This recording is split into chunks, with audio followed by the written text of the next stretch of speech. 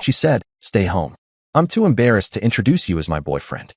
I replied, "I understood." Then I moved out for good. When she came home, the place was empty, along with a note that read, "You don't have to be embarrassed anymore. Just stay home tonight. I'm too embarrassed to introduce you as my boyfriend." She said it casually. No hesitation. No shame. Just annoyance, like I was making her life harder by existing. "I'm Alex, 29M. My girlfriend is Jenna, 27F. We've been together just over 2 years, living together for one. And yes, before anyone asks, this didn't come out of nowhere. But this was the first time she said it out loud. We were standing in our kitchen. She was wearing a dress she'd bought specifically for this work mixer, pacing while checking her reflection in the microwave door. I was leaning against the counter, keys in hand, ready to go with her like I always did. Her coworkers were meeting at some downtown bar. Marketing people. Lots of networking. Lots of pretending. I'd been to these things before, stood quietly, smiled, listened to inside jokes I wasn't part of. I never complained. This time, though, she stopped, sighed sharply, and said it. "Alex, just don't come," she added, rolling her eyes when I didn't respond fast enough. "I don't want to spend the whole night explaining what you do, or answering questions. It's exhausting." I asked, "Explaining what I do, or explaining me?" She scoffed. "Don't make it dramatic. You know what I mean." I didn't know what she meant. I worked a normal job. Nothing flashy. Nothing that impressed her coworkers who loved titles and buzzwords. Jenna loved to say she didn't care about status, but only when no one important was listening. I stood there longer than I should have, waiting for her to soften it. Laugh. Say she was joking. She didn't. "So you're embarrassed," I said. She shrugged. "Just tonight. Be supportive for once, okay?" That was the moment something shifted. Not loudly. Not all at once. Just a quiet click, like a door locking behind me. I nodded and said, "I understand." She smiled, relieved, kissed my cheek, grabbed her bag. What she didn't notice was that I wasn't upset. I was done. And while she was getting compliments under dim bar lights, I was walking through our apartment, seeing it clearly for the first time. What was hers, what was mine, and how little of it was actually ours. The apartment was too quiet after she left. Not peaceful, exposed. Like when a noise stops and you suddenly realize how loud it had been all along. I sat on the edge of the couch and replayed her words, not angrily, just clinically. Too embarrassed. Not inconvenient. Not tired. Embarrassed. Like I was a bad outfit choice. This wasn't the first time she'd minimized me. Just the first time she'd removed the filter. There were signs. Always were. Jenna had a habit of introducing me selectively. To her college friends, I was my boyfriend, Alex. To her coworkers, I was Alex. Just Alex. No title. No context. Sometimes not introduced at all. Once, at a birthday party, a guy asked how we knew each other. Before I could answer, she laughed and said, "Oh, we live together. Not we're together. Not we're dating." Like I was a roommate who wandered into the wrong room. I told myself she was private, career-focused, that I shouldn't read into it. Tonight proved I wasn't imagining things. I walked into the bedroom and opened the closet. My side was neat, functional. Hers spilled everywhere. Shoes she barely wore, clothes with tags still on them, options for lives she imagined but never lived. That's when I realized something uncomfortable. I wasn't part of her future image. I was part of her present convenience. I pulled out a suitcase. Not dramatically. No anger. Just efficiency. The same way she approached relationships. Keep what's useful. Hide what doesn't photograph well. As I packed, my phone buzzed. "Jenna, at the bar. Already exhausted. You better appreciate me for this." I stared at the message for a long second. Appreciate her for excluding me. I didn't reply. Instead, I started making a list in my head. What I'd paid for. What was mine. What I'd quietly let slide because relationships are about compromise. Funny thing is, she thought she'd drawn a boundary. She didn't realize she'd handed me clarity. And once you have that, staying becomes the most embarrassing option of all. By midnight, I had filled one suitcase and 2 boxes. I didn't rush. I didn't spiral. I just moved through the apartment like a guest checking out of a hotel that had quietly overcharged him for months. Every item told a story I'd ignored. The coffee table I bought because she said hers was temporary. The TV I paid for because she wanted something presentable for guests. The dishes she picked but never washed. Her stuff stayed. Mine left. At 12:43 a.m., she texted again. "Jenna, why aren't you responding? Are you sulking?" That word, sulking, used to get under my skin. Tonight it landed flat. Like hearing an insult in a language you no longer speak. I typed, then deleted, then finally sent. Have a good night. 3 dots appeared, disappeared, reappeared. Jenna, wow, passive-aggressive much? I smiled for the first time all evening. She didn't know yet. She thought this was another one of those moments where I'd swallow it, wait up, maybe apologize for making her uncomfortable. She thought I'd still be there in the morning, coffee made, questions unasked. That's the thing about people who underestimate you. They build their entire sense of control on it. I slept on the bare mattress after stripping the sheets I'd bought. The apartment felt hollow, but lighter, like it had finally exhaled. Around 1:30 a.m. I heard laughter in the hallway, drunk, carefree. I imagined her coming home later, heels kicked off, talking about how annoying her coworkers were, how exhausting it was to be on all night. She'd expect me to listen. Instead, I set an alarm for 7 a.m. Not because I had work, because I had to move out to finish. And she had no idea that the version of me who waited around to be chosen had already packed his bags. I was halfway through my second box when the front door opened. It was 2:11 a.m. I didn't look up right away. I didn't need to. I could tell from the uneven footsteps and the way the door hit the wall that she'd been drinking, but not enough to be sloppy. Just enough to feel confident. Alex, she called out, dragging my name like it was inconvenient. In the bedroom, I said. She appeared in the doorway, makeup still perfect, irritation already loading behind her eyes. Her gaze dropped to the boxes stacked neatly by the wall. What's this? She asked. I taped one shut. My things. She laughed once. Not amused. Dismissive. Okay, dramatic much? What are you doing? Making a point. I stood up slowly. No, I'm packing. Her expression shifted. Not fear, not concern. Annoyance. Like I'd changed plans without consulting her. Because of that, she said. Alex, seriously? I told you it was just tonight. You didn't say tonight, I replied. You said you were embarrassed. She crossed her arms. You're being sensitive. Everyone there is ambitious. I just didn't want to explain things. There's nothing to explain, I said. I'm your boyfriend. Or I was. That stopped her for half a second. Then she sighed. Don't do this. You're overreacting. There it was. The script. Dismiss, minimize, wait for me to fold. I picked up another box and carried it toward the door. Are you actually leaving? She snapped. Yes. Her laugh this time was sharper. You'll be back by morning. I turned to her. No. She tilted her head, studying me like she was trying to find the crack, the hesitation. When she didn't, her tone hardened. Where are you even going? Somewhere I don't have to shrink, I said. She rolled her eyes. God, you're exhausting. That was the breaking point. Not the insult, but how easily it came. Like she'd been holding it back for a while. I grabbed my jacket. As I reached the door, she said, You're really going to throw away 2 years over one comment? I paused, hand on the knob. No, I said calmly.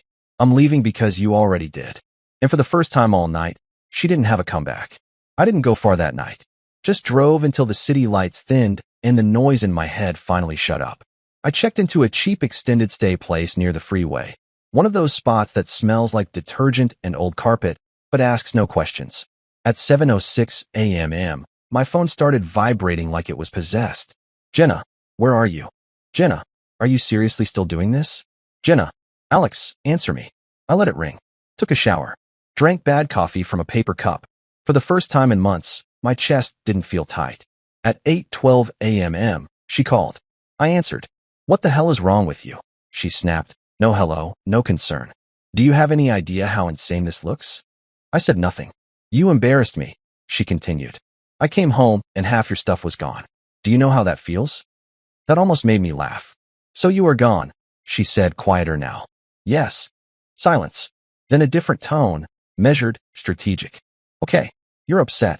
I get it. But you're being dramatic. Come home and we'll talk. We already talked, I replied. You were embarrassed to introduce me. That told me everything. That's not what I meant, she said quickly. You're twisting it. I'm taking it exactly how you said it. She exhaled sharply. You're really going to throw away stability for pride? That word again. Stability. As if I was a fixed asset she'd misplaced. I'm not throwing anything away, I said. I'm taking myself out of something I don't belong in. Her patience snapped. You're not special, Alex, she said coldly. Do you think guys like you are hard to replace? There it was. The truth, finally unfiltered. I closed my eyes. Not in pain, just in confirmation. You won't have to replace me, I said. I already did. I hung up before she could respond. I still had my key. I hadn't given it back because I knew I'd need one last trip. At noon, I went back to the apartment while she was at work. I took the rest of my things, quietly, cleanly. I left the key on the counter. And on the fridge, held by a magnet she bought on a work trip, I left a note. 4 lines. No insults. No explanations. Just the truth she'd handed me and didn't expect me to accept. She wouldn't read it until she came home. And when she did, the apartment would finally match how she'd treated the relationship, empty. She got home at 6:18 p.m. I know because that's when my phone lit up like a fire alarm. I didn't answer the first call, or the second, or the third. By the fourth, a text came through. Jenna, what is this? What the hell is this note? I pictured her standing in the kitchen, heels kicked off, scanning the apartment like something might jump out and explain it for her. The couch bare of my throw blanket. The closet suddenly uneven. The quiet louder than any argument we'd ever had. The note said, "You told me you were embarrassed to introduce me as your boyfriend. You don't have to be embarrassed anymore." That was it. No signature. No explanation. No invitation to debate. The phone rang again. I answered this time. "Are you serious?" she demanded. "You left a note like you're some kind of movie character?" "It wasn't for drama," I said. "It was for clarity." "You blindsided me," she snapped. "Normal people talk through things." "I tried," I replied. "You dismissed it." "That's not fair," she said quickly. "You're acting like I cheated on you." "I'm acting like you were ashamed of me," I said. "Because you were." Her voice dropped. "Dangerous now. You're ruining this over ego." "No," I said. "I'm ending it because you don't respect me." She laughed, short, bitter. "Respect? You really think you're some prize?" I waited a beat. Let her hear the silence. "I think I'm worth being acknowledged," I said. "And if that's too much for you, then yes, I should leave." She swore under her breath. "So that's it? You just disappear?" "I moved out," I corrected. "I didn't disappear. I chose myself." She didn't respond right away. When she did, her voice had changed again, tighter, unsure. "You'll regret this," she said. "You're going to realize how stupid this is." "Maybe," I said calmly. "But I'd rather regret leaving than regret staying." She hung up. I sat there afterward, phone in my hand, waiting for the wave. Panic, doubt, loneliness. It never came. Just relief. For the first time in 2 years, I wasn't trying to prove I deserved to be seen. I wasn't shrinking to fit someone else's image. And whatever she told her coworkers, her friends, herself, she would never again have to explain who I was. Because I wouldn't be there to hide. The first night alone felt strange. Not lonely, just unfamiliar. Like sleeping on the opposite side of a bed you've been shoved to for years. I unpacked slowly. Put my clothes in drawers that only held my things. Set my toothbrush in a cup without silently negotiating space. It was quiet in a way that didn't demand anything from me. Around 10 p.m., her name popped up again. "Jenna, I told my friends what you did. Everyone thinks this is insane." I stared at the screen for a long moment before replying. "That's okay." 3 dots appeared instantly. "Jenna, you really don't care, do you?" I typed, erased, then finally sent the truth. "I cared for a long time. You just didn't notice." Her response came slower this time. "Jenna, you're acting like a victim.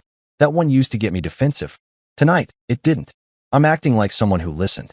Minutes passed. 10, 15. Then, "Jenna, you made me look bad." There it was. Not hurt. Not loss. Image. I set my phone down without responding. The next few days were quiet on my end and chaotic on hers. Mutual friends reached out, confused, careful. I didn't trash her.